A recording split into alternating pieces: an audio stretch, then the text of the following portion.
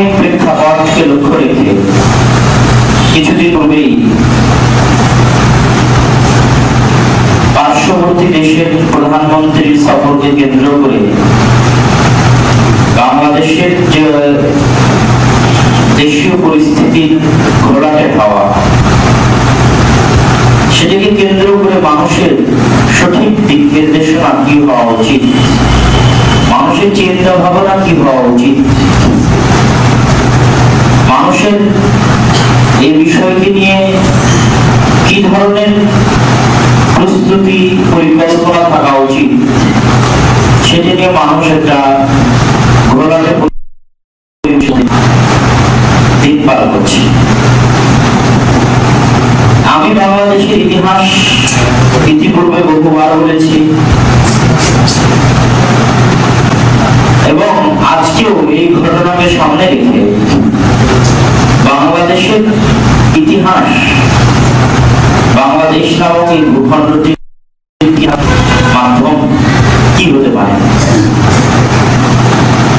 বঙ্গভঙ্গের ইতিহাস,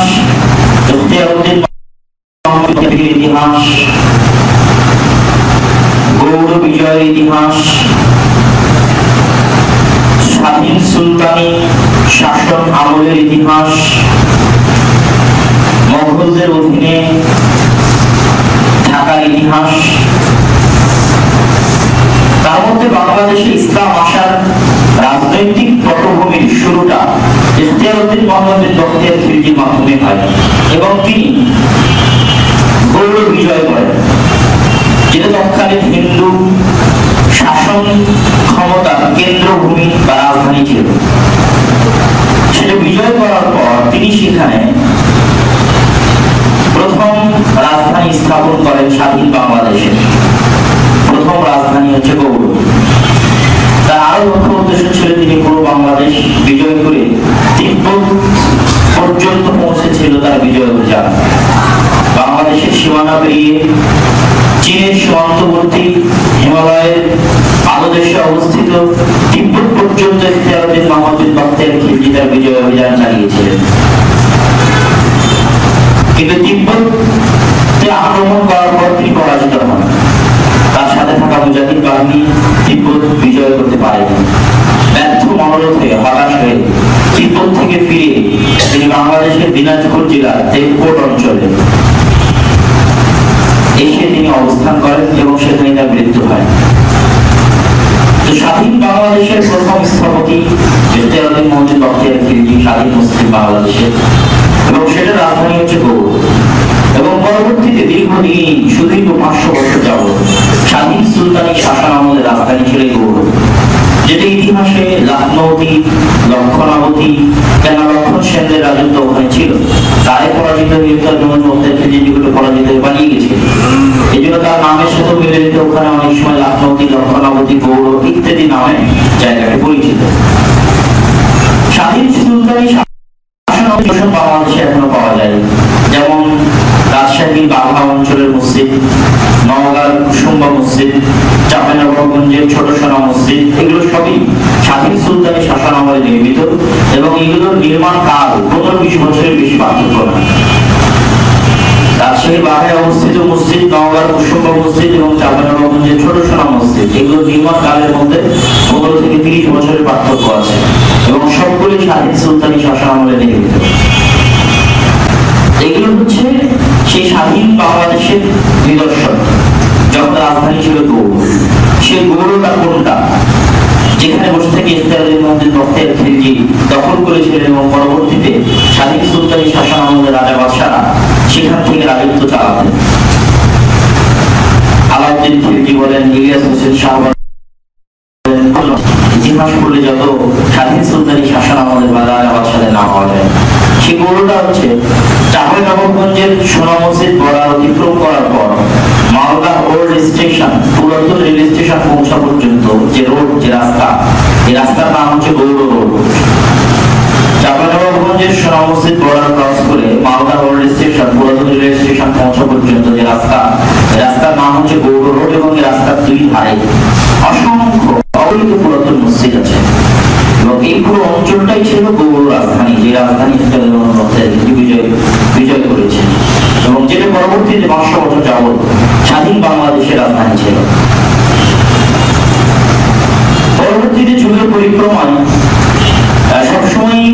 দিল্লির শাসক ছিল মুসলিম শাসক, তারা বাংলাদেশকে তাদের অধীনে পরিচালনা করার চেষ্টা করত, কিন্তু স্বাধীন সুলতানি শাসন আমলে যারা বাদশাহ ছিলেন তারা দিল্লির অধীনে না থেকে নিজ স্বাধীনে দেশ পরিচালনা করার চেষ্টা করতেন। এই জন্য মাঝে মধ্যেই মুসলমানের যুদ্ধ লেগে থাকতো। ইতিহাসের পথে যেমন প্রমাণ আছে, দিল্লির রাজা বাদশাদের সাথে বাংলাদেশের রাজা বাদশাদের, স্বাধীন বাংলাদেশের রাজা বাদশাদের। পরবর্তীতে মোগল বাংলাদেশ আর আলাদা স্বাধীন থাকেনি, বরং দিল্লির মুসলিম শাসনের অধীনে পরিচালিত হতে লাগে মোগলদের শাসন আমল থেকে। তখন এই বাংলাদেশকে বলা হতো সুবে বাংলা। সুবা মানে হচ্ছে প্রদেশ। এখনো উর্দুতে, পাকিস্তানে, ভারতে প্রদেশকে আপনি সুবে সে হ্যাঁ, আপনি কোন প্রদেশ থেকে এসেছেন, মানে উত্তর প্রদেশ সুবে সে, আমি উত্তর প্রদেশ থেকে এসেছি, অমুক প্রদেশ থেকে এসেছি, পশ্চিমবঙ্গ থেকে এসেছি। ওই সুবা, সুবে বাংলা।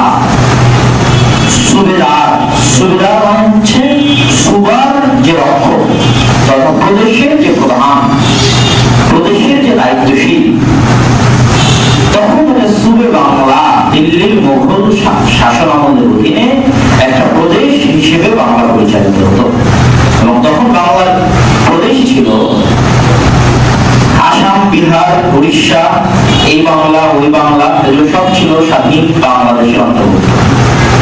এবং বর্তমান যে বাংলাদেশ, এই বাংলাদেশের মানচিত্র হচ্ছে অসম্পূর্ণ মানচিত্র। স্বাধীন বাংলাদেশের পরিপূর্ণ মানচিত্র হচ্ছে আসাম সহ, বিহার সহ, উড়িষ্যা সহ, পশ্চিমবঙ্গ সহ, যেটা নবাব সিরাজউদ্দৌলা যে বাংলাদেশের নবাব ছিলেন, সেই বাংলাদেশের সীমানা এত ছোট নয়। সে বাংলাদেশের স্বাধীন সীমানা হচ্ছে বাংলা, বিহার, উড়িষ্যা, আসাম, পশ্চিমবঙ্গ, এই বাংলাদেশ সব মিলে বাংলা, স্বাধীন বাংলাদেশ। পরবর্তীতে নবাব সিরাজউদ্দৌলার পতনের পর ব্রিটিশদের শাসন আমল যখন শুরু হয়, ব্রিটিশদের শাসন আমল শুরু হয় মুসলমানদের নিকট থেকে ক্ষমতা ছিনিয়ে নেওয়ার মাধ্যমে। যে মুসলমানেরা দীর্ঘ ৬০০ বছর শুধু বাংলাদেশ নয়, অল ইন্ডিয়া শাসন করেছে, একদম কাবুল, কান্দাহার থেকে মিয়ানমারের সীমান্ত পর্যন্ত, আরাকান রাজ্য সহ, যে মোগলদের অধীনে পুরো অল ইন্ডিয়া পরিচালিত হতো, তাদের সেই মুসলমানদের নিকট থেকে ব্রিটিশরা ক্ষমতা ছিনিয়ে নেয়। এবং ভারতের যত ইতিহাস ঐতিহ্য আছে, এগুলো একটাও মুসলমানদের ইতিহাস ঐতিহ্য ব্যতীত ভারতের ইতিহাস ঐতিহ্য অপূর্ণাঙ্গ, অপরিপূর্ণ না, কিছু নয় ইন্ডিয়ার কাছে। ভারত যেই বিল্ডিং এ, যে বাড়িতে আজও তাদের স্বাধীন দেশ হিসেবে উদযাপন করার জন্য পতাকা উড্ডীন করে, সেটার নাম লালকেল্লা। এখনো লালকেল্লায় ভারতের নরেন্দ্র মোদী পতাকা উড্ডয়ন করার মাধ্যমে ভারতের স্বাধীনতা দিবস বা বিভিন্ন দিবস উদযাপন করে, ওই লালকেল্লা মুসলমানদের তৈরি করা। ভারতের ইতিহাস ঐতিহ্যের সাথে দিল্লির অলিগলির সাথে মুসলমানদের রক্ত মাংসের সম্পর্ক। কুতুব মিনার থেকে শুরু করে যেই তাজমহলের দর্শনার্থীদের দেখিয়ে কোটি কোটি টাকা ইনকাম করে, যদিও তাজমহল আমাদের শারীরিক দৃষ্টিকোণ থেকে আমরা জায়েজ মনে করি না, যে একটা কবরকে পাকা কেন করতে হবে। সেখানে যত কোটি টাকা খরচ করা হয়েছে, যদি মুসলমানদের জন্য বিশ্ববিদ্যালয় করা গেলে আজ মুসলমানদের হাতে ক্ষমতা নাও যেতে পারে। তো কিন্তু সেই তাজমহল, সেই কুতুব মিনার, সেই লালকেল্লা, আরো যত মুসলমানদের ইতিহাস ঐতিহ্য সংস্কৃতির জিনিস আছে, সেগুলো সবই হচ্ছে ভারতের প্রতীকী চিহ্ন, যেগুলো সব মুসলমানদের তৈরি করা। তো ভারতের অলিগলির সাথে মুসলমানদের সম্পর্ক আছে। তো যেহেতু মুসলমানদের ইতিহাস, মুসলমানদের ঐতিহ্য এবং মুসলমানদের নিকট থেকে ক্ষমতা দখল করা হয়েছে, এই জন্য দুঃখ, কষ্ট, ব্যথা মুসলমানদের বেশি ছিল। এই জন্য মুসলমানেরা সর্বপ্রথম ব্রিটিশদের বিরুদ্ধে জিহাদের ঘোষণা করে। কিন্তু যেহেতু ক্ষমতা হিন্দুদের হিন্দুদের তেমন দুঃখ কষ্ট ছিল, এতদিন মুসলমানদের অধীনে ছিল, আজকে খ্রিস্টানদের অধীনে, ব্রিটিশদের অধীনে আছে, এতটুকুই পার্থক্য। এই জন্য তাদের কোনো দুঃখ কষ্ট ছিল না। এবং আজাদী আন্দোলন, স্বাধীনতা, ব্রিটিশ বিরোধী স্বাধীনতার আন্দোলন হিন্দুদের কোনো অবদান ছিল না। লাস্ট টাইম, শেষ মুহূর্ত যখন ব্রিটিশরা ছেড়ে যাবে, তখন তারা হিন্দুদেরকে নিয়ে আসে, আজাদী আন্দোলনের সাথে সম্পৃক্ত করে, দল তৈরি করে দেয়, কংগ্রেস তৈরি করে, নেতৃত্বে নিয়ে আসে। কেন ব্রিটিশরা কোনো সময় চাইতো না যে যদি স্বাধীনতা দিতেই হয় ভারতকে, তো মুসলমানদের হাতে স্বাধীনতা দিয়ে যাবে, এটা কোনোদিন তারা চায় না। তো এই জন্য ব্রিটিশদের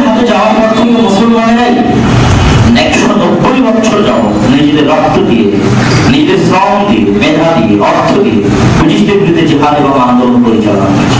তবে আজকে ভারতের যে স্বাধীনতা, স্বাধীনতার পিছনে ভারত যে স্বাধীনতা দিবস উদযাপন করে, ব্রিটিশ থেকে যে তারা স্বাধীন হয়েছে, এটাই কিন্তু তাদের স্বাধীনতা। ব্রিটিশ থেকে ভারতের স্বাধীনতা, এই স্বাধীনতার পিছনে পুরোটা অবদান হচ্ছে মুসলমান, টোটাল অবদান। কিন্তু আন্দোলন করেছে মুসলমানেরা, রক্ত দিয়েছে মুসলমানেরা, কিন্তু ব্রিটিশরা যাওয়ার সময় কৌশলে সেই ফলটা, সেই ফলাফলটা, রেজাল্টটা মুসলমানদের হাতে দিয়ে যায়। এই দীর্ঘ ইতিহাসে শাহ ইসমাইল শহীদ সর্বপ্রথম আব্দুল আজিজ মুহাদ্দিস দেহলভীকে বললেন যে ভারতকে দারুল কুফর ঘোষণা করতে হবে, দারুল ইসলামের বিরুদ্ধে যুদ্ধ হবে। এতদিন তো দারুল ইসলাম ছিল, যেহেতু মুঘলরা শাসন করতো, মুসলমানেরা শাসন করতো, অতএব দারুল ইসলাম মুসলমানদের দেশ। তো ফতোয়া তো লাগবে যে ভারত এখন দারুল ইসলাম নয়, ব্রিটিশরা দখল করে যাবে, দারুল কুফর, অতএব জিহাদ ফরজ। এই ফতোয়া সর্বপ্রথম আব্দুল আজিজ মুহাদ্দিস দেহলভী দিয়েছেন। ফতোয়া জারি করা, ফতোয়া অনেক দাম আছে, অনেক গুরুত্ব আছে। উনি ফতোয়া জারি করলেন যে ভারত এখন দারুল কুফর। তার ফতোয়া নিয়ে শাহ ইসমাইল শহীদ সৈয়দ আহমদ দেহলভী জিহাদ শুরু করলেন, জিহাদের ঘোষণা দিলেন। এবং 1832 সালের 6 মে পাকিস্তানের সীমান্তবর্তী অঞ্চল বালাকোট উনি চয়ন করেছিলেন সীমান্ত। ওনারাই চয়ন করেছিলেন যে কোন জায়গা থেকে যুদ্ধ পরিচালনা করা সহজ হবে। টোটাল হিন্দুস্তানের মধ্যে ওনারা সীমান্তবর্তী, পাকিস্তানের সীমান্তবর্তী অঞ্চলকে তাদের যুদ্ধ পরিচালনার কেন্দ্র হিসেবে চয়ন করেছিলেন। যদিও তাদের যুদ্ধ পরিচালনা জিহাদের কেন্দ্র গোটা ভারতে বিস্তৃত ছিল, বাংলাদেশেও ছিল। শত শত হাজার হাজার মুজাহিদ শহীদ আছে বাংলাদেশে। বাংলাদেশের কেন্দ্রগুলোর মধ্যে একটা হচ্ছে আপনাদের বগুড়ার সন্ধ্যাবাড়ি। এই সন্ধ্যাবাড়ি শাহ ইসমাইল শহীদের অধীনে পরিচালিত জিহাদ সেন্টারের কেন্দ্র ছিল ব্রিটিশ বিরোধী জিহাদে। দুয়ারিতে, চাঁপাইনবাবগঞ্জের দেবীনগরে, সূর্যনারায়ণপুর অঞ্চলে, এরকম বাংলাদেশের বিভিন্ন কোনায় কোনায় ছড়িয়ে ছিটিয়ে ছিল শাহ ইসমাইল শহীদের অধীনে পরিচালিত জিহাদ আন্দোলন ব্রিটিশ বিরোধী। এবং এই অঞ্চলগুলো থেকে রসদ, টাকা পয়সা, দান সাদকা পাটনার সাদিকপুরে পৌঁছতো। পাটনার সাদিকপুর থেকে সেটা পৌঁছতো সীমান্ত অঞ্চলে, বালাকোট অঞ্চলে, যেখানে শাহ ইসমাইল শহীদেরা থাকতেন, সৈয়দ আহমদ দেহলভী। এবং তাদের আন্দোলনের শুরুতে 5 বছর তারা দাওয়াতি আন্দোলন পরিচালনা করেছে। গোটা ভারত সফর দিয়েছেন, শিখ বেদাতের বিরুদ্ধে দাওয়াত বই লিখেছেন। কেন ওনারা বুঝেছিলেন বা ভারতের মুসলমানদের যে আকীদা, যে বিশ্বাস, এই আকীদা, এই বিশ্বাস নিয়ে জিহাদ পরিচালনা করা যাবে না। এইগুলো প্রথম 5 বছর আকীদা সংস্কারের দাওয়াত ছিল, শিখ বেদাত মুক্ত আকীদা তৈরি করার দাওয়াত ছিল।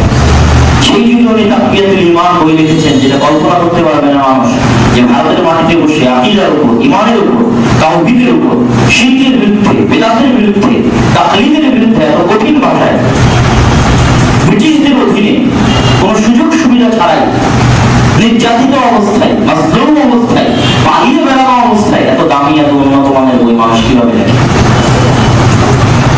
এবং ওই সময় একদিকে চলতো জিহাদের আন্দোলন, আর একদিকে চলতো ইলমি দাস, যেটা চালাতেন শাহ আব্দুল্লাহ মুহাদ্দিস দেহলভী, শাহ আব্দুল আজিজ, তারপরে শাহ ইসহাক, তারপরে মিয়া নাজির হুসাইন। মিয়া নাজির হুসাইনের পরে স্কুল অফ থট ভিন্ন হয়েছে, মাদ্রাসা স্কুল অফ থট, চিন্তাধারা। দেহলভী স্কুল অফ থট বিভাগে ভাগ হয়ে যায়। একটা দেওবন্দি, কাসেম নানতুবি এবং রশিদ আহমদ নানতুবি চলে যান দেওবন্দে, আর একটা আহলে হাদিস স্কুল অফ থট। এই জন্য যারা কবর পূজারী বেরলভী, তারা দেওবন্দীদেরকেও ওয়াহাবি বলে, আহলুল হাদিসদেরকেও ওয়াহাবি বলে। আন্দোলন করতো, জিহাদ বিরোধী আন্দোলনে দেওবন্দীদেরও অংশগ্রহণ আছে, আহলে হাদিসদেরও অংশগ্রহণ আছে। এবং ইলমি দাসি তাদরিসি ধারায় দেওবন্দীদেরও অংশগ্রহণ আছে, আহলুল হাদিসদেরও অংশগ্রহণ আছে। এবং তাদেরকে বলা হতো যারা ওয়াহাবি, তথা আব্দুল ওয়াহাব আল-নাজদি, সৌদির যিনি শিখ বেদাত বিরোধী আন্দোলনের যিনি লিডার, তার কর্তৃক প্রভাবিত সংস্কারপন্থী আন্দোলন, সংস্কার চায়। তো এই যে ইলমি তাদরিসি ধারার ইতিহাস, আমার লম্বা 1 ঘন্টার বক্তব্য আছে, যে আহলে হাদিসদের ইলমি দাসি তাদরিসি ধারা বই পুস্তক কে কি লিখেছে না লিখেছে, ওটা আপনার ইউটিউবে সার্চ দিয়ে পাবেন।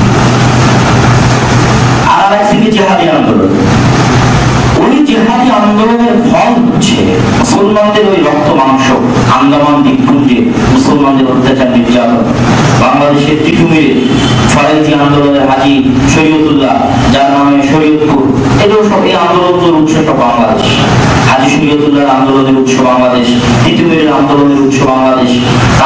আন্দোলন, সেই রক্ত, এগুলোর বিনিময়েই ভারত এবং পাকিস্তান 14 এবং 15 আগস্ট স্বাধীনতা লাভ করে।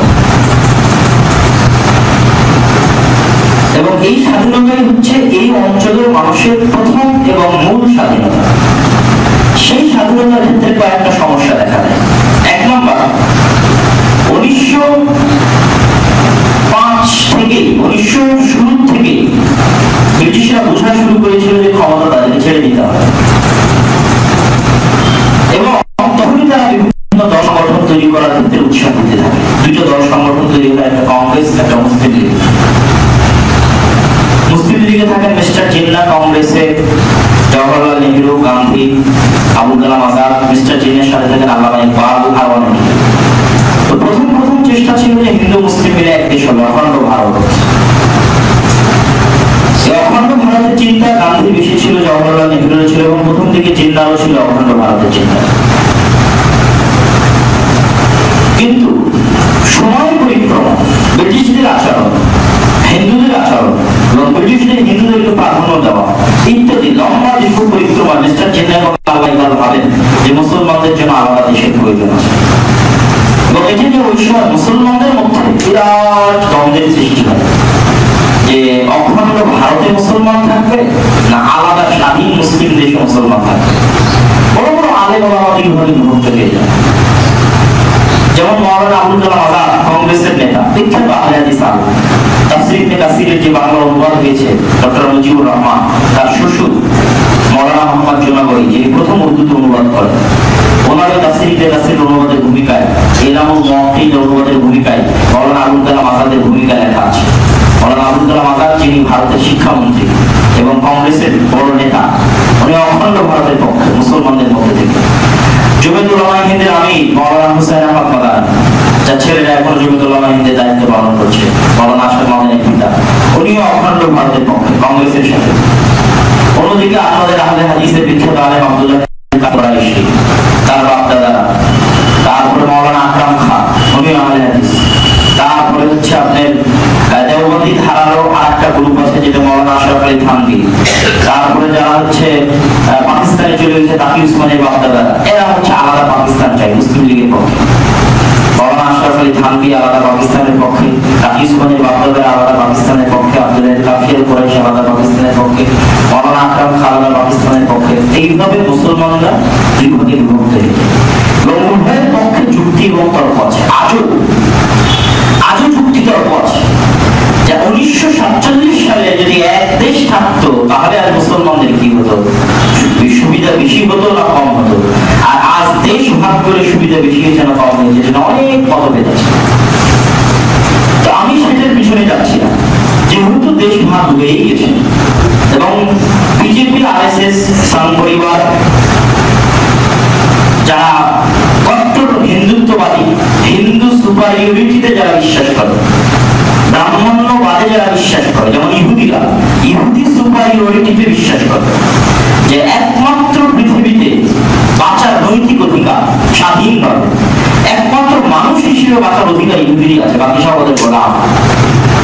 বাকি যত মানুষ আছে সবাইকে তাদের গোলাম হিসেবে থাকতে হবে, তারা সর্বশ্রেষ্ঠ, তারাই বনি ইসরাঈল। এটা ওদের সুপারিয়রিটি, এটা তারা বিশ্বাস করে। এই জন্য ওরা কাউকে ইহুদি ধর্ম গ্রহণ করতে দেয় না। কিসের লেচ্ছ জীবন অপদার্থ, এরা কি জন্য ইহুদি ধর্ম গ্রহণ করবে? একমাত্র জন্মসূত্রে যে ইহুদি হবে সেই ইহুদি।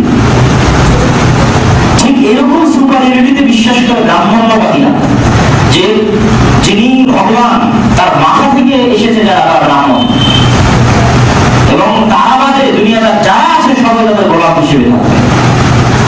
এই সুপারিয়রিটিতে আরএসএস, সংঘ পরিবার, বিজেপি, এরা এটাতে বিশ্বাস করে।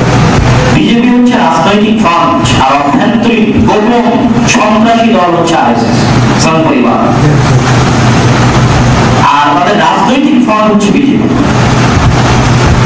বিজেপির উত্থান ভারতে আরেকবার দ্বিজাতি তত্ত্ব, যেটার প্রতিষ্ঠাতা স্বপ্নদ্রষ্টা আল্লামা ইকবাল, যেটা বাস্তবায়ন করেছে মিস্টার জিন্না শের বাংলা একে ফজলুল্লাহ হোসেন শহীদ সোহরাওয়ার্দী, যেটার ইতিহাস শেখ মুজিবুর রহমান অসমাপ্ত আত্মজীবনীতে লিখে গেছে কিভাবে কলকাতা ইসলামিয়া কলেজের ছাত্র থাকা অবস্থায় হোসেন শহীদ সোহরাওয়ার্দীর অধীনে স্বাধীন পাকিস্তানের পক্ষে লড়কে লেগে পাকিস্তান, চীনকে লেগে পাকিস্তান, স্বাধীন আলাদা পাকিস্তানের পক্ষে তারা লড়াই করতেন। তো ওই সময় এই বাংলাদেশ কি জন্য পাকিস্তানের সাথে গেল, এটা রহস্য আছে বঙ্গভঙ্গে। ওই বঙ্গের যারা মানুষ তারা এই অঞ্চলকে, যে অঞ্চলে আমরা বসবাস করছি, সবচেয়ে গরিব, সবচেয়ে হতদরিদ্র, সবচেয়ে নিম্ন স্তরের যে এলাকাগুলো, সেই এলাকাগুলো হচ্ছে বাংলাদেশ। এবং এখানে মুসলমানদের আধিক্য ছিল। আর সবচেয়ে উন্নত এলাকা হচ্ছে কলকাতা কেন্দ্রিক, হিন্দুদের আধিক্য যে অঞ্চলগুলো। তো এই অঞ্চলের মুসলমানরা তখন থেকেই আলাদা আলাদা ভাব ছিল। এই আলাদা আলাদা ভাবের প্রমাণ হচ্ছে বঙ্গ, মানে বঙ্গকে ভাগ করতে হবে। বঙ্গকে ভাগ করতে হবে কিসের ভিত্তিতে? মুসলমানরা হিন্দুর ভিত্তিতে। তখন রবীন্দ্রনাথ ঠাকুর বঙ্গভঙ্গের বিরোধিতা করেছেন। আমার সোনার বাংলা, আমি তোমায় ভালোবাসি, এটা বঙ্গভঙ্গের বিরুদ্ধে লেখা কবিতা। যে এক বাংলা থাকতে হবে, আলাদা মুসলমানদের জন্য কি জন্য বাংলা দিতে হবে? এরা অশিক্ষিত মূর্খ, এদের জন্য কি জন্য আলাদা বাংলা লাগবে? অশিক্ষিত মূর্খ জাতির জন্য, চামারের জন্য, রাখালের জন্য। তখন হিন্দুদের আন্দোলনের চাপে ব্রিটিশরা বঙ্গভঙ্গ রদ করলো। আমার যদি ভুল না হয়, যদি ভুল হয় সংশোধন করে দিবেন, 1905-এ বঙ্গভঙ্গ আর রদ 1911-তে। তো 1911-তে যখন বঙ্গভঙ্গ রদ করলো ব্রিটিশরা, তখন মুসলমানরা হতাশ। এমনিতেই আগে থেকে গরিব দরিদ্র অসহায়। আর স্বাধীন বঙ্গ করে দিলে, ঢাকা রাজধানী করে দিলে, ঢাকা কেন্দ্রিক একটু উন্নতির সম্ভাবনা তৈরি হবে। সেখানে হিন্দুদের আন্দোলনের কারণে, আমার সোনার বাংলা কবিতার কারণে, রবীন্দ্রনাথ ঠাকুরের আন্দোলনের কারণে বঙ্গভঙ্গ রদ হয়ে গেল। তখন মুসলমানরা খুব হতাশ। নবাব সলিমুল্লাহ খান, শের বাংলা, তখন তাদেরকে সান্ত্বনা দেওয়ার জন্য ঢাকা বিশ্ববিদ্যালয় প্রতিষ্ঠা করা হয়। যে তোমাদের শিক্ষার উন্নতির জন্য তোমাদেরকে ঢাকা বিশ্ববিদ্যালয় দেওয়া হচ্ছে, তোমরা এখানে ইউনিভার্সিটি দেওয়া হবে, এখানে তোমরা শিক্ষা দীক্ষা গ্রহণ করবে। এই ঢাকা বিশ্ববিদ্যালয়ের সব জমি নবাব সলিমুল্লাহ খানের দান করা, মুসলমানদের দান করা। তো এই আলাদা বঙ্গ তখনই, এখনো পাকিস্তান ভারত স্বাধীন হয়নি, তখনই মুসলমান আর হিন্দুতে বাংলাদেশ ভাগ হয়ে গেল। তখনই ভাগ হয়ে গেছে। ওই ভাগটা টিকে থেকেছে 1947 সাল পর্যন্ত। 1947 সালে তখন এই বঙ্গের মানুষ আর কোনো মতেই রাজি হয়নি ভারতের সাথে যেতে, অখণ্ড ভারতের অধীনে যেতে রাজি হয়নি। আলাদা মুসলিম রাষ্ট্র কয়েক হাজার মাইল, 24,400 কিলোমিটার সম্ভবত, আমার যদি ভুল না হয়, এত হাজার হাজার মাইল, 2,500 মাইল হবে এই পূর্ব পাকিস্তান থেকে পশ্চিম পাকিস্তান পর্যন্ত। 2,500 মাইলের সীমান্ত ক্রস করে এক দেশ হবে, সেই দেশের নাম হবে পাকিস্তান। এটা কল্পনার বাইরে ছিল। অথচ ভাষা আলাদা, জাতি আলাদা, সম্পূর্ণটাই আলাদা। এখানে আরেকটা আশ্চর্যের কথা হলো যে এই পাকিস্তান যে আন্দোলন, এই পাকিস্তান আন্দোলনের পক্ষে পশ্চিম পাকিস্তানিদের অবদান সীমিত। পূর্ব পাকিস্তানি যারা বাঙালি, তাদের অবদান সবচেয়ে বেশি। ইতিহাস ঘাটলেই পাবেন। তোমাদের পাকিস্তান প্রস্তাব 1935 সালে লাহোর প্রস্তাব সর্বপ্রথম কে পেশ করলো ব্রিটিশদের সামনে? সেটা বাংলাদেশকে বলতে লড়তে, ওটা পশ্চিম পাকিস্তানিরা পেশ করলো। ও তো এই বাংলাদেশের বাংলাদেশি বাঙালি পেশ করলো পাকিস্তান আলাদা করার প্রস্তাব। হোসেন শহীদ সোহরাওয়ার্দী, শের বাংলা একে ফজলুল্লাহ, এরা সবই ছিল পাকিস্তান আন্দোলনের মূল নেতা। ওই পশ্চিম পাকিস্তানের জন্য, তাদের ওই পাকিস্তানে যারা বসবাস করছে, তাদের সেরকম কোনো অবদান ছিল না। এমনকি পরবর্তীতে 1971 সালের আগ পর্যন্ত যে দুইটা যুদ্ধ ভারত পাকিস্তান হয়েছে, এই দুইটা যুদ্ধে ইস্ট বেঙ্গল রেজিমেন্টের যে অবদান, ইতিহাসের পাতা থেকে মুছে ফেলা হয়েছে, কেউ জানে না। ইস্ট বেঙ্গল রেজিমেন্টের সেনাবাহিনীর যে অবদান, ওই পশ্চিম পাকিস্তানের জন্য অবদানই নাই, আছে, আমি একদম না করবো না, কিন্তু পুরো পাকিস্তানের পিছনে এই বাংলাদেশে বাঙালিদের অবদান বেশি। সেটা কিসের কারণ? এই পুরোটাই ছিল ইসলামের কারণ। তাহলে এই স্বাধীন আলাদা বাংলাদেশের ভূখণ্ডের ইতিহাস 1971 শুরু নয়। আজ আমার ছেলে মেয়েকে, আমার সন্তানদেরকে সবসময় পড়ানো হচ্ছে 1971 থেকে তার পরবর্তী। আফটার 1971 যদি পড়ানো হয়, সেটার পরিচয় হারিয়ে ফেলবে, ও হিন্দুদের সাথে মিশে যাবে।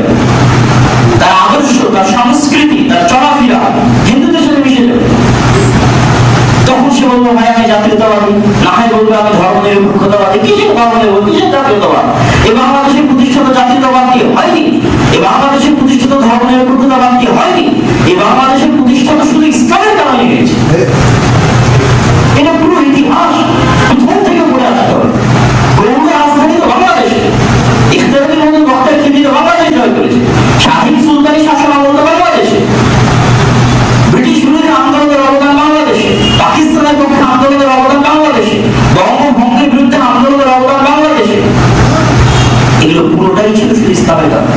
এই পুরো দীর্ঘ সময়ের ইতিহাসটা আপনি মাটির নিচে পুঁতে দিবেন আর 1971 থেকে ইতিহাস শুরু করবেন, এই জাতি টিকবে না, ধ্বংস হয়ে যাবে।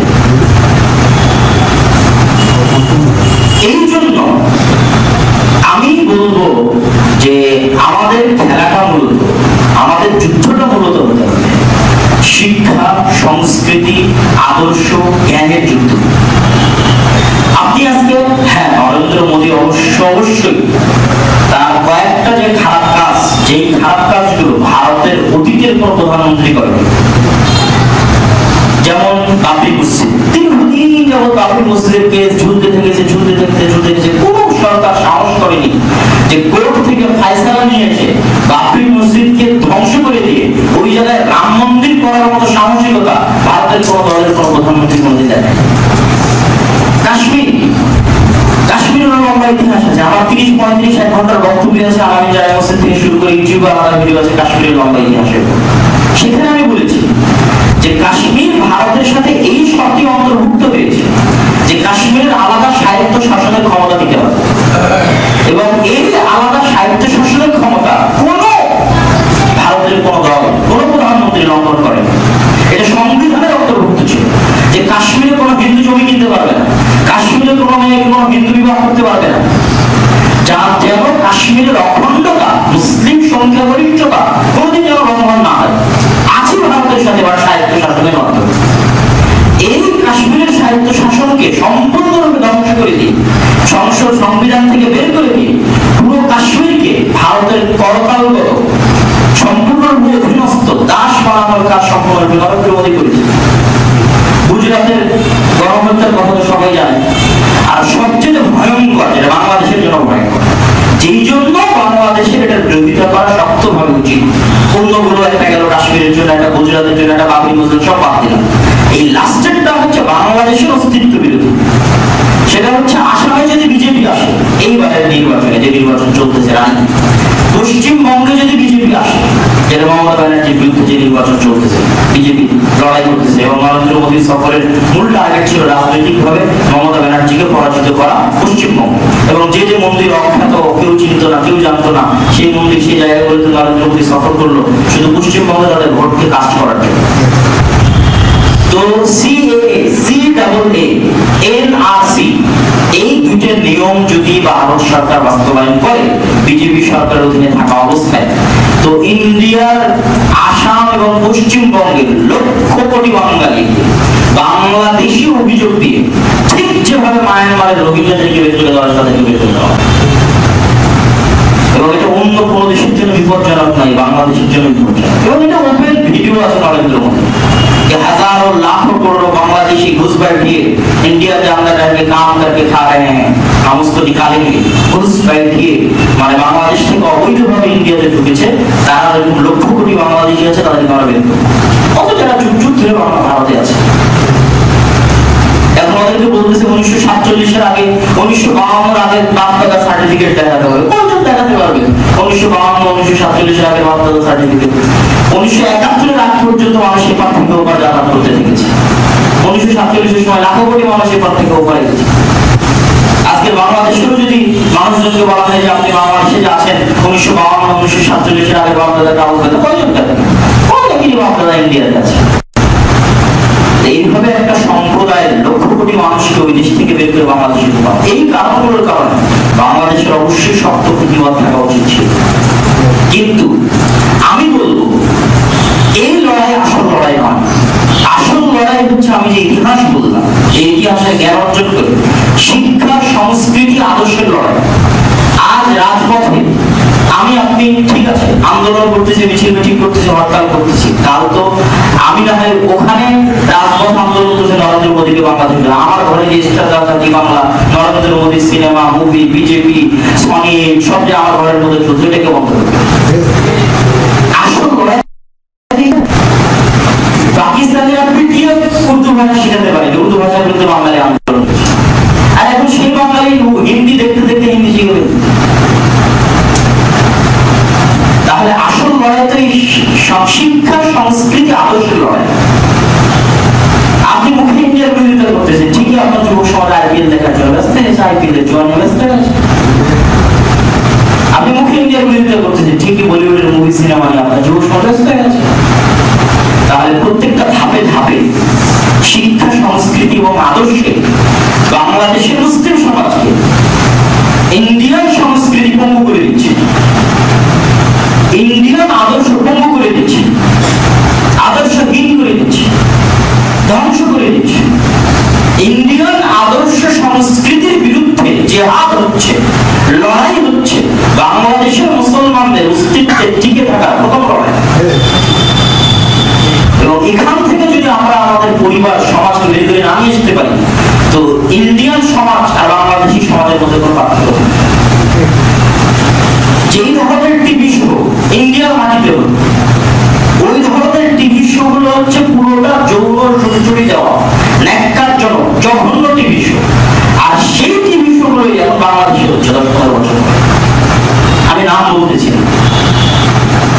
এখন ইন্ডিয়ার মাটিতে যেই ধরনের সিরিয়াল হয়, ইন্ডিয়ার সব সিরিয়াল গুলো পরকীয়া সম্পর্ক ভিত্তিক, 90% সিরিয়াল।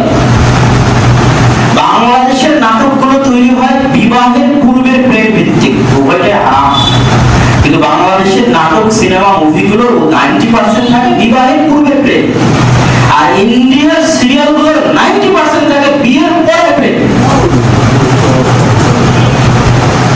বিয়ের পূর্বের প্রেম জেনার শাস্তি হচ্ছে 180, আর বিয়ের পরে জেনার শাস্তি হচ্ছে 90। তো ওই সংস্কৃতির বিরুদ্ধে যদি আপনি যুদ্ধ না করতে পারেন, আর বাংলাদেশের যে টিভি চ্যানেলগুলোতে ওই ধরনের জঘন্য নিকৃষ্ট অনুষ্ঠানগুলো প্রচার হয়, ওই ধরনের জঘন্য নিকৃষ্ট সিরিয়ালের কপি তৈরি করার চেষ্টা করা, এদের বিরুদ্ধে আন্দোলন হচ্ছে আসল। নরেন্দ্র মোদীর বিরুদ্ধে আসার বিরুদ্ধে যদি আন্দোলন করা যায়, আবার বৃষ্টির বন্ধের বিরুদ্ধে আন্দোলন করা যায়, তো স্টার জলসা, জি বাংলা বন্ধের আন্দোলন হচ্ছে প্রথম সত্যিকার ভারতের শিক্ষা সংস্কৃতির বিরুদ্ধে এই প্রথম আন্দোলন হবে সঠিক।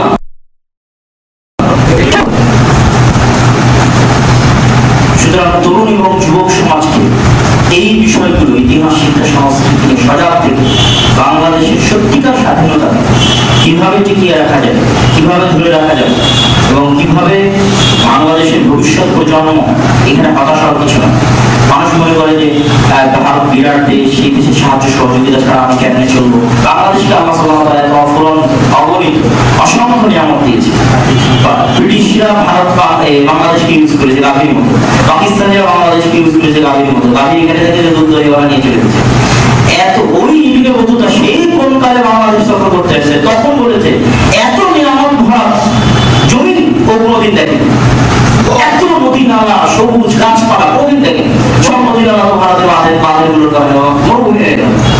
এত নদী নালাওয়ালা জমি, এত উর্বর জমি, এত সবুজ জমি পৃথিবীর খুঁজে পাওয়া মুশকিল আছে। বাংলাদেশের উন্নতি, স্বাধীন, নিজের পায়ে দাঁড়ানোর প্রত্যেকটা পয়েন্ট আছে। সুতরাং এখানে হতাশার কিছু না। দুর্নীতি বন্ধ করে দেশ সামনে এগিয়ে নিতে জায়গায় সামনে এগিয়ে নিতে হবে, এবং সমতা বজায় রেখে পৃথিবীর যে কোনো দেশের সাথে সম্পর্ক রক্ষা করতে পারবে, ভারতের সাথে সম্পর্ক রক্ষা করতে হবে, সমতা বজায় রেখে নতজানু পরামর্শনীতি অবলম্বন করতে পারে। এইরকম দেশ বাংলাদেশ নয়, কিন্তু আমরা বানিয়ে দিচ্ছি। নেপাল, ভুটান, আমাদের কোনো সমুদ্র বন্দরই নাই, তারপরে কোনো না কোনো ভাবে ঠিক আছে। ভারতের অধীনে ঠিক আছে, তারপরে তো ঠিক আছে। সেখানে বাংলাদেশের খুব বড় বড় সমুদ্র বন্দর। এই সমুদ্র বন্দরগুলো হচ্ছে বাংলাদেশের নিয়ামত গুলোর একটা নিয়ামত, আল্লাহ দেওয়া দয়াগুলোর একটা দয়া। একটা দেশ স্বাধীনভাবে টিকে থাকার জন্য যা যা লাগে সবই বাংলাদেশে আছে, এবং সামনে এগিয়ে যাওয়ার জন্য যা যা লাগে সবই আছে। সুতরাং এটা নিয়ে হতাশ হওয়া যাবে না যে আমি চিকিৎসার জন্য আমাকে ভারতে যেতে হয়, এটা করতে হয়, এটা করতে হয়। একটা সমতা সম্পর্ক তো প্রতিবেশীর সাথে থাকবেই, এটাই স্বাভাবিক। সম্পর্ক থাকবে থাকবে, এটাই হবে, কিন্তু সেটা নতজানু হবে না, সমতার সাথে হবে, ভারসাম্যপূর্ণ হবে। ওই ক্ষমতা, ওই পাওয়ার, ওই নিয়ামত, ওই দয়া বাংলাদেশের আছে। সুতরাং সেটা থেকে বাংলাদেশের যুবক সমাজকে বিশেষ করে আসা যাবে। উন্নতি হচ্ছে পড়াশোনার মধ্যে, জ্ঞান অর্জনের মধ্যে, শিক্ষার মধ্যে। আর ভারতের ওই আইপিএল এর মধ্যে ডুবে গেলে, ভারতের মুভির মধ্যে ডুবে গেলে, সিনেমার মধ্যে ডুবে গেলে, ভারত থেকে পাচার করা মদ জুয়া ইয়াবার মধ্যে ডুবে গেলে, তাহলে আর ভালো লাগবে না, চিরদিনের জন্য গোলাম দাস হয়ে থাকবে। আমাদের যুবক সমাজকে এগুলো থেকে বের হয়ে আসে। আল্লাহ সুবহানাহু ওয়া তাআলা আমাদেরকে আমাদের দেশের সত্যিকার ইতিহাস, বিশেষ করে বিফোর 1971 এর পূর্বের ইতিহাস, এটা জানার এবং সেটার সাথে বর্তমান বাংলাদেশকে কানেক্টেড করার এবং এই ইতিহাসগুলো জেনে সামনে চলার এবং নতুন বাংলাদেশের উত্থান ঘটানোর আল্লাহ সুবহানাহু ওয়া তাআলা তৌফিক দান করুন। আল্লাহুম্মা আমিন। আর যেহেতু দুটো কথা বলতে চেয়েছিলাম রমজান কেন্দ্রিক, সামনে রমজান আসতেছে, লকডাউনে আমাদের এই পুরো বছরটা পার হয়ে গেল। গত রমজান লকডাউনের মধ্যে পার হয়েছিল, আবার হয়তো রমজান আসতেছে, যত লকডাউন আসতে পারে। আমরা শুরু থেকেই করোনা বিষয়ে যে ফতোয়া দিয়েছিলাম, ওই ফতোয়ার উপর আমরা এখনো আছি। পৃথিবীর সব মানুষই যদি মরে যায়, তারপরে একটা মানুষ যদি বেঁচে থাকে, তার খাওয়া লাগবে পেটে। ওই একটা মানুষকে কি লাগবে? খাওয়া লাগবে। খাওয়ার জন্য তাকে ঘর থেকে বেরোতে হবে। এই জন্য আমরা শুরু থেকে এগুলো সবকিছু বিলে দিচ্ছি। হাজারো লাখো কোটি মানুষ মরে গেলেও মানুষকে ঘর বন্দি করা যাবে, ঘর থেকে বেরোতে কোনো উপায় নেই। তো তারপরে যেহেতু বৈদেশিক যে কারণে আসতেছে, তারপর আমাদের রমজান কেন্দ্রিক প্রস্তুতি থাকতে হবে। রমজানের আমল, আখলাক, আদব, কোরআন তেলাওয়াত। রমজান হচ্ছে কোরআনের মাস। শুধু হাদিসগুলোর দুই একটা যদি আমরা অনুবাদ করি, মান সামা রমাদান ঈমান ওয়া ইহতিসাবান, ঈমানের সাথে মানে গুনাহ মুক্ত হবে। রমজান কাটাতে হবে গুনাহ মুক্ত হবে। কেউ যদি কাটাতে পারে নেকির আশায় পুরো রমজান রোজা রাখতে পারে, তার পূর্বের সব গুনাহ মাফ হয়ে যাবে। কেউ যদি পুরো রমজান তারাবি সালাত আদায় করতে পারে, তার পূর্বের সব গুনাহ মাফ হয়ে যাবে। কেউ যদি রমজানের লাইলাতুল কদর, দুনিয়ার সর্বশ্রেষ্ঠ রাত হচ্ছে লাইলাতুল কদর, এটা কোথায় আছে? রমজান আছে। ইন্না আনজালনাহু ফি লাইলাতুল কদর, আমি কোরআন অবতীর্ণ করেছি লাইলাতুল কদর। শাহরু রমাদান আল্লাযী উনজিলা ফীহিল কোরআন। আর রমজান হচ্ছে ওই মাস যে মাসে কোরআন অবতীর্ণ হয়েছে। তাহলে লাইলাতুল কদর কোন মাসে আছে? সুতরাং লাইলাতুল কদর শেষ 10 দিনের বিজোড় রাত্রিগুলোতে আমাদের অনুসন্ধান করতে হবে। তারাবি সালাতে নিয়মিত উপস্থিত থাকতে হবে। মান লাম ইয়াদা আমল রাসূলের আমাল বিহি, যে মিথ্যা কথা, মিথ্যা কাজ, গুনাহের কাজ রমজানে পরিত্যাগ করতে পারলো না, তার না খেয়ে থাকার কোনো প্রয়োজন আল্লাহর নিকটে নাই। আর আমাদের এই সিয়াম, এই রমজান কিছুই কাজে আসবে না যদি সালাত না হয়। সুতরাং সালাতের সাথে, 5 ওয়াক্ত সালাতের সাথে পুরো রমজান এবং রমজান কেন্দ্রিক কোরআন শিক্ষা প্রত্যেকটা মসজিদে চালু করার চেষ্টা করা, নিজে কোরআন শেখার চেষ্টা করা, রমজানের সাথে কোরআনের সম্পর্ক শেষ করার চেষ্টা করা, কোরআন বুঝার চেষ্টা করা, কোরআন আপনাকে পরিবর্তন করে দিবে। রমজান যেন আমাদের হতাশার কারণ না হয়, কিয়ামতের মাঠে আমাদের আঙ্গুল কামড়ানোর কারণ না হয়, যে ইস আর যদি একটু ইবাদত করতাম রমজান, এই আফসোসের কারণ যেন না হয়। রমজান আসছে, আল্লাহ সুবহানাহু ওয়া তাআলা আমাদেরকে রমজান কেন্দ্রিক প্রস্তুতি নেওয়ার তৌফিক দান করুন।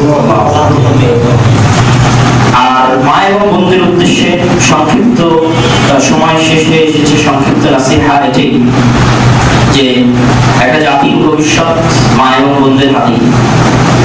যেহেতু পৃথিবীর সব মানুষই মহিলাদের নিকট থেকে আসে, পুরুষ হোক নারী হোক, সকলের জন্ম নারীর নিকটে, আর সব পুরুষের লালন পালন নারীর নিকটে। এটা আল্লাহ প্রদত্ত জিম্মেদারি, আল্লাহ প্রদত্ত দায়িত্ব। সেই জায়গায় আমাদের মা এবং বোনেরা যদি তাকওয়া পরহেজগারিতা, নিজেদেরকে পণ্য দ্রব্য না মনে করে, বিক্রিযোগ্য পণ্য না মনে করে, তাকওয়া পরহেজগারিতার সাথে টাকার মূল্যায়ন না করে পারিবারিক সুখ এবং শান্তিকে মূল্যায়ন করা। সামান্য টাকার জন্য পারিবারিক সুখ শান্তিকে বিসর্জন দেওয়া উচিত নয়। কেউ চলে গেলে সামান্য টাকার জন্য বিদেশে, বাপ ছাড়া কোনো ছেলে আদর্শবান হতে পারে না, তাহলে ওই ছেলে বাপকে সংস্পর্শ করে না। আবার মা সামান্য টাকার জন্য চলে গেল গার্মেন্টস, মা সামান্য টাকার জন্য চলে গেল ক্লিনিকে, মেডিকেলে, অফিসে, চাকরি বাকরির তো অভাব নাই, সে চাকরি বাকরিতে যোগ দিল। আর ছেলে মেয়ের আলাদা পড়াতে যাবে চাকর বাকরের কাছে। এটা হচ্ছে একটা হীনম্মন্য, অসভ্য, নিম্ন শ্রেণীর জাতি নিয়ে আসবে, প্রজন্ম নিয়ে আসবে। সুতরাং টাকার সামনে যেন আমরা আমাদের পারিবারিক শান্তিকে বিসর্জন করি। সন্তান হাত খেয়ে থাকে, কিন্তু সন্তানকে সময় দেয়, পরিবারের সাথে পরিবারের সাথে সন্তানকে সময় দিয়ে সন্তানকে লালন পালন করে, দুনিয়ার চাকচিক্য, দুনিয়ার লোক লালসা, বস্তুবাদী দুনিয়া থেকে বেরিয়ে আসে। যে ওই মেয়ে সফল যে মেয়ে 2 টাকা ইনকাম করতে পারে, ওই মেয়ে সফল যে তার সন্তানকে সঠিকভাবে লালন করতে পারে, ও সফল। এবং এটার মধ্যে শান্তি, এটার মধ্যে নিরাপত্তা খুঁজে পেতে হবে, বুঝতে হবে। আল্লাহ সুবহানাহু ওয়া তাআলা আমাদের মা এবং বোনদেরকে তাদের উপর আল্লাহ প্রদত্ত এই গুরুত্বপূর্ণ দায়িত্ব পালন করার তৌফিক দান করুন। এবং পর্দার যে বিষয়টা, পর্দার বিষয়টা এই কথা যে বেপর্দা হচ্ছে শাস্তি, বেপর্দা হচ্ছে দাসত্বের জীবন। হাওয়া আলাইহিস সালাতু ওয়াস সালামকে শাস্তি স্বরূপ জামা খুলে নেওয়া, জামা খুলে পড়ে গেল জান্নাতে, লজ্জায় জান্নাতের পাতা দিয়ে, জান্নাতের গাছের পাতা দিয়ে লজ্জায় স্থান থাকছে। তাহলে বেপর্দা, উলঙ্গতা হচ্ছে শাস্তি। আজকের যুগে আপনি একটা মানুষকে শাস্তি দিয়ে চাইলে জামা কাপড় প্যান্ট খুলে দিন, শাস্তি। সেই শাস্তিটা কিভাবে আমাদের মা বোনেরা নিজেদের জন্য সৌন্দর্যের কারণ মনে করলো, এটা তাদেরকে আর একবার চিন্তা করতে হবে। ইসলামী খেলাফার যুগে বেপর্দা হচ্ছে দাসত্ব। দাসত্ব মানে দাসীদের জন্য পর্দা নাই, ইসলামের নিয়ম। পর্দা করবে স্বাধীন নাই। আর আজকে হয়ে গেল কি নারী স্বাধীনতা নাকি বেপর্দা। আর ইসলামী খেলাফায় ছিল পর্দা করার অধিকার পাবে কে? স্বাধীন। আর যে দাসী ও পর্দা করার অধিকার পাবে ইসলামী খেলাফা। তাহলে আসল স্বাধীনতা পর্দা করার মধ্যে, আসল বংশীয় সম্ভ্রান্ত, বংশীয় মর্যাদা পর্দা করার মধ্যে। আর বেপর্দা, পর্দাহীনতা হচ্ছে নিম্ন স্তরে, থার্ড পারসন, যেটা ছেলে মেয়ে স্ত্রী পুত্রকে মানুষের সামনে দেখায়, মানুষের সামনে দেখিয়ে নিয়ে বেড়ায়, এ হচ্ছে শুকুর লেভেলের মানুষ, নিম্ন শ্রেণীর মানুষ, যার রক্ত মাংস মানুষের, কিন্তু আসল রক্ত মাংস হয়ে গেছে শুকুর। আর দায়ুস, শুকুরের চর্বি কে বলা হয় দিয়াতা, দায়ুস।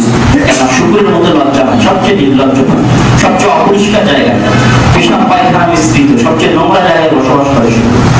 এটা তার রুচিতে বাঁধে না।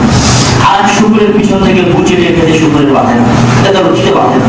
ও হচ্ছে সবচেয়ে নির্লজ্জ প্রাণী। আর সবচেয়ে আত্মমর্যাদাবান প্রাণী হচ্ছে উট, আত্মমর্যাদা সম্পূর্ণ প্রাণী উট। মানুষ প্রচুর পরিমাণে শুকুরের বস্তু খেলে, শুকুরের চর্বি খেলে। আপনি যদি টানা 8 থেকে 10-15 বছর শুকুরের চর্বি খান, 10-15-20 বছর পর আপনার স্ত্রীর সাথে আপনার চোখের সামনে কেউ জেনায় লিখতে হবে, আপনার ভিতরে কোনো ফিলিংস কাজ করবে। এই জন্য শুকুরের বস্তু হারাম। এই জন্য দায়ুস মানে ওর যে তার স্ত্রী পুত্রকে উলঙ্গ অবস্থায় ঘুরিয়ে নিয়ে বেড়ায় বাজার ঘাটে, আমার ফিলিংস কাজ করে না, রক্ত কাজ করে না, ও শুকুর হয়ে গেছে। লাইদখুলুল জান্নাত আর দায়ুস, ওই মানুষরূপী শুকুর জান্নাতে প্রবেশ করবে। এটা সমাজ ধ্বংসের জন্য দায়ী।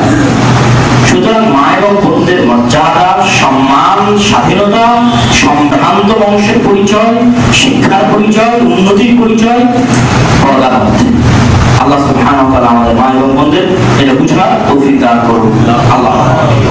বক্তব্য শেষে জরুরি একটা ঘোষণা, আপনাদের শ্রদ্ধেয় বড় ভাই তাওহীদ ভাই আপনাদের বগুড়াতে একটা মহিলা মাদ্রাসা পরিচালনা করছেন, ইফতাহুল জান্নাহ মহিলা মাদ্রাসা নামে। আপনারা সবাই সেই মহিলা মাদ্রাসার জন্য দোয়া করবেন এবং সেখানে দান করার সহযোগিতা করার চেষ্টা করবেন। এবং বগুড়াতে যাওয়া আরো সহি আকিদার বড় বড় প্রতিষ্ঠান গড়ে ওঠে। বগুড়া শহর কেন্দ্রিক, জেলা কেন্দ্রিক সেরকম বড় সহি আকিদার প্রতিষ্ঠান এখনো গড়ে ওঠেনি। সেটা গড়ে উঠানোর ক্ষেত্রে আপনাদের চেষ্টা থাকতে হবে, আপনার সহযোগিতা থাকতে হবে, দোয়া থাকতে হবে। কেননা মসজিদ আবাদ করা এবং মাদ্রাসা প্রতিষ্ঠা করা, মসজিদ মাদ্রাসা এই দুটো হচ্ছে যুগ যুগ ধরে ইসলাম টিকিয়ে রাখা মাধ্যম। ইসলামের দাওয়াত টিকে থাকবে, বংশ পরম্পরা মানুষের মাঝে ইসলাম প্রচারিত করে, তার সবচেয়ে বড় মাধ্যম হচ্ছে মসজিদ আবাদ করা, মাদ্রাসা আবাদ করা।